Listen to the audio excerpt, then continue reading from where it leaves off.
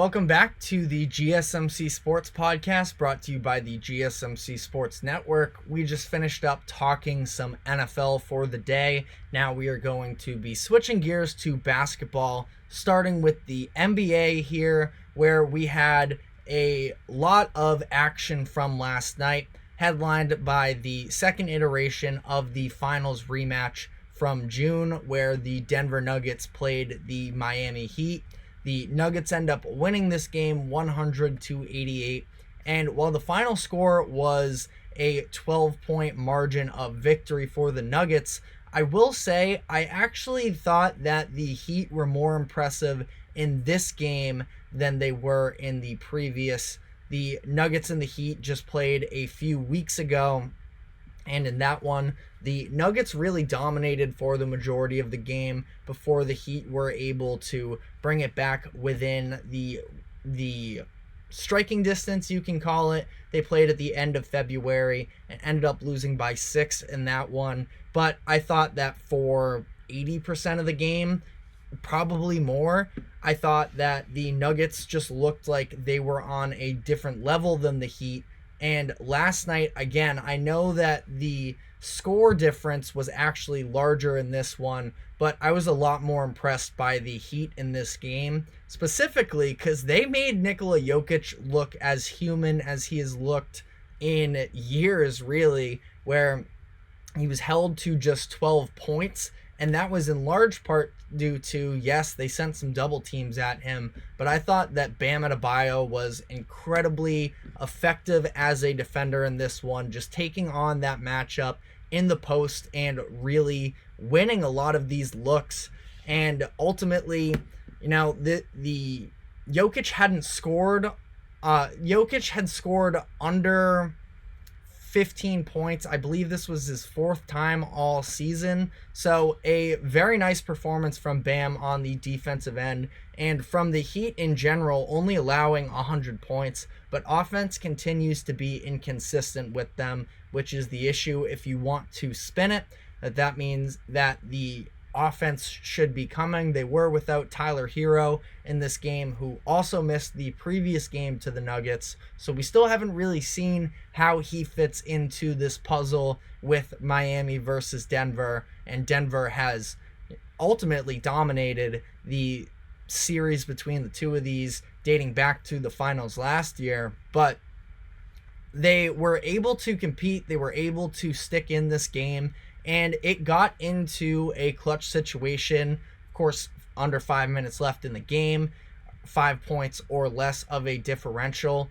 And ultimately, it wasn't Jokic, it wasn't Murray, it wasn't Michael Porter Jr., but it was Reggie Jackson who started knocking down some tough shots for the Nuggets and scored 7 straight for them, which put the Nuggets up 10. Ultimately, again, the Heat didn't have the legs under them offensively to come back after that. But ultimately, I feel like I'm being a little more optimistic about the Heat than I would have expected myself to. The Heat are now on a 4-game losing streak, which is a little bit concerning. But ultimately, they're in that play-in threshold with the Pacers, the Bulls, and the Hawks.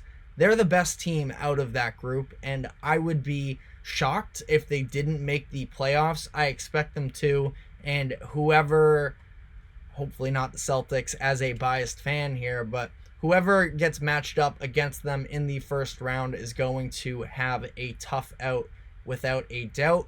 On one positive here for the Heat, before looking more so at the Nuggets side of this game, is Terry Rozier has started to put his efficiency together. It's been a very rough start for him in Miami, but we're seeing more and more of these good performances. Specifically, I really like the way that he and Bam Adebayo have been able to work a 2-man game with the pick and roll. I feel like he just adds a different element of offense from a ball handler position that the rest of the team doesn't really have. I just think he's slightly more dynamic as a scorer. I do think that there's upside with him from the playmaking side of this as well. So that is another thing you can sort of take out of this as a positive if you are a Heat fan looking at last night's results.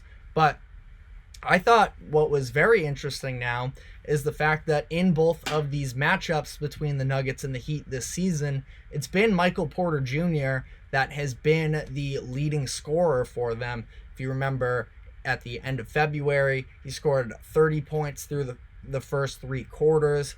The Nuggets offense got a little stagnant at the end as the Heat started to take control.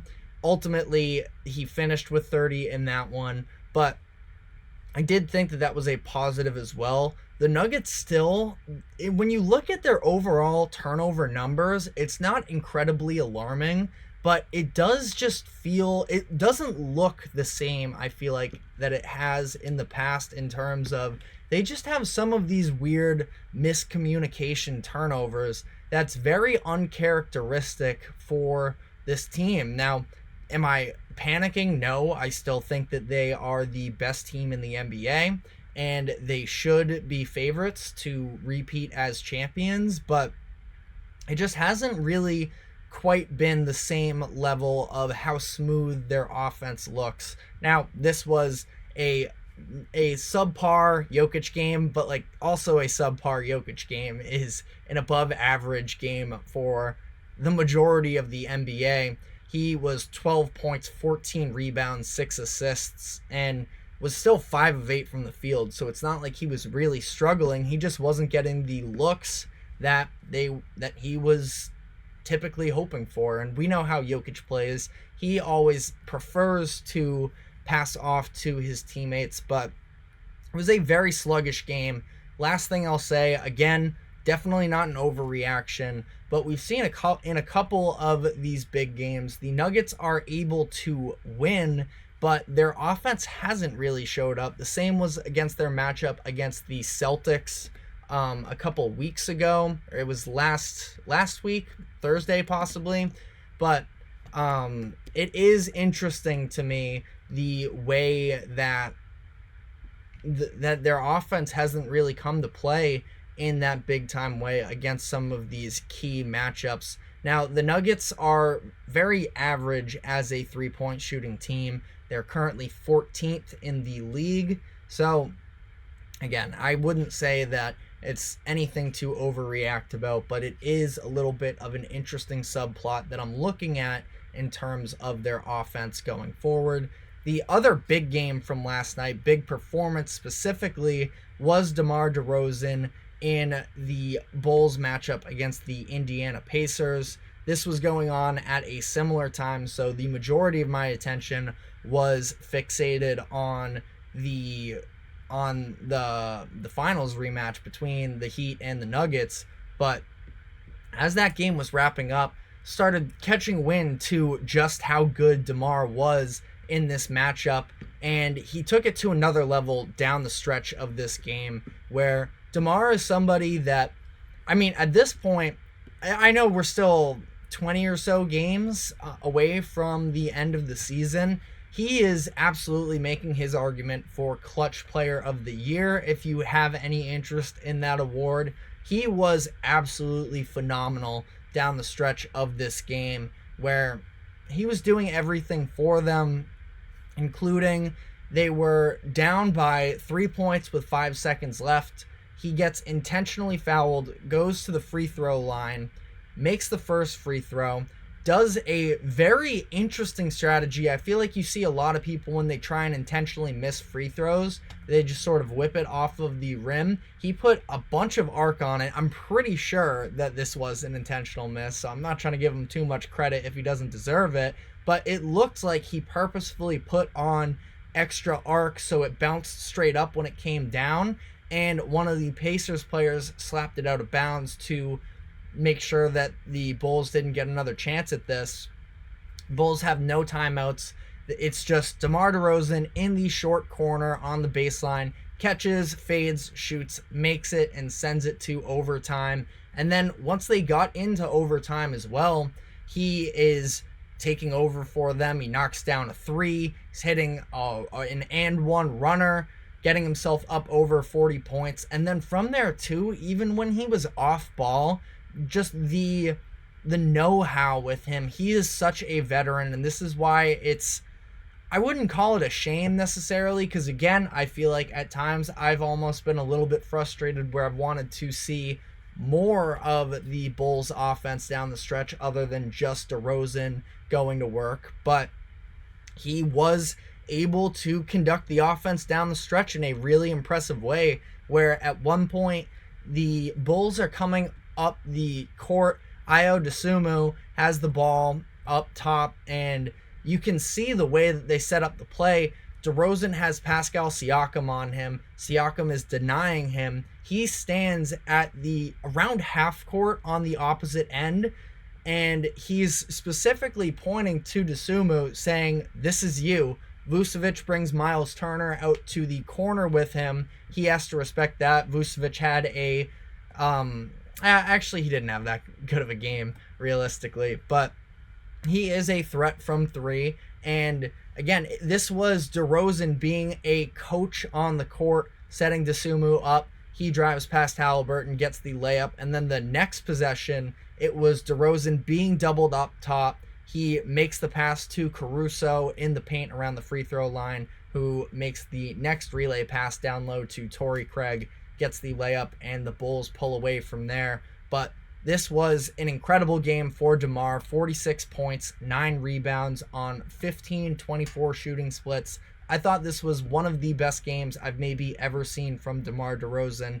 And again, you can just see the maturity with him, the basketball understanding, and it shouldn't be surprising necessarily for DeRozan, who at this point has been in the league for over a decade, came in the 2009 draft. So this shouldn't be new news, but I do think that DeRozan just does continue to impress me on occasion, and I wanted to give him his flowers for that. Last couple things I will point to with the NBA last night. The Detroit Pistons, who I have sort of been on this hill where I do not think that they're as bad as their record shows, and they've been playing a lot better since the All-Star break. They win back-to-back games. Now, before I get ahead of myself, I will note that it's against the Hornets and the Raptors, so I'm not trying to make things out to be bigger than they should, but Jalen Duren is somebody that I think does not really get the attention that he should for somebody that can be one of the potential best bigs in the NBA. I see no reason why he can't be to the similar skill level of Bam Adebayo. I feel like they have some similar characteristics, especially when you look at a young Bam. And last night, Duren with a 20-20 game, it was 24 points, 23 rebounds, and 5 assists. I just feel like we're seeing him create with the ball more himself. He's been a dominant rebounder since he started getting minutes his rookie year, and I think that the Pistons are actually building something here. I know that the record is 12-53 now, so I can't give them all too much props, but they have the 3 players at each position in Jaden Ivey, Cade Cunningham, and Jalen Duren. The move that they made to trade for Simone Fontecchio during the trade deadline, that is, sort of went under the radar, because Fontecchio sort of came out of, at least in my eyes, sort of came out of nowhere this year. A European player that came in, was a 27-year-old rookie last season, and was playing for a Utah team this year that does not get a lot of national attention, but he's been very solid for the Pistons since coming over, averaging 15 points across 14 games, shooting 48-42 shooting splits. I just wanted to give the Pistons some love here briefly, because nobody else is talking about them for good reason because of the season that they're having. But I just want Pistons fans to know that I do believe in the process that's going on there. But other than that I guess briefly I will talk about as well the Lakers losing to the Sacramento Kings. Domantas Sabonis now being 20-0 against Anthony Davis. He put up another terrific performance and really was going right at AD. Is not scared of that matchup at all, which is a good sign for him. 17 points, 19 rebounds, 10 assists on 6 of 10 from the field. Again, he was going at Anthony Davis. He was not scaring away, and AD wasn't scared either. He just wasn't as effective. He was 7 of 18 from the field, not bad, but also when you're talking about Sabonis, the defense can be very lackluster at times, and the way that he is able to, and it's by committee to some degree, the way that he is able to handle that matchup is really, really inspiring if you are a believer in the Kings and in Domantas Sabonis. But also, when you want to look at this game for the Lakers and the Kings, it was close through the first half. The third quarter absolutely killed the Thunder's hopes of the Lakers' chance of winning this one, where they turned the ball over 6 times. The offense was just falling apart. They scored just 17 points. And the way that the Kings were scoring and shooting the entire night, it was just putting themselves in a hole that was insurmountable. They tried to make a couple runs in the fourth quarter to make it close, but every time they did, it was Harrison Barnes knocking down a big three.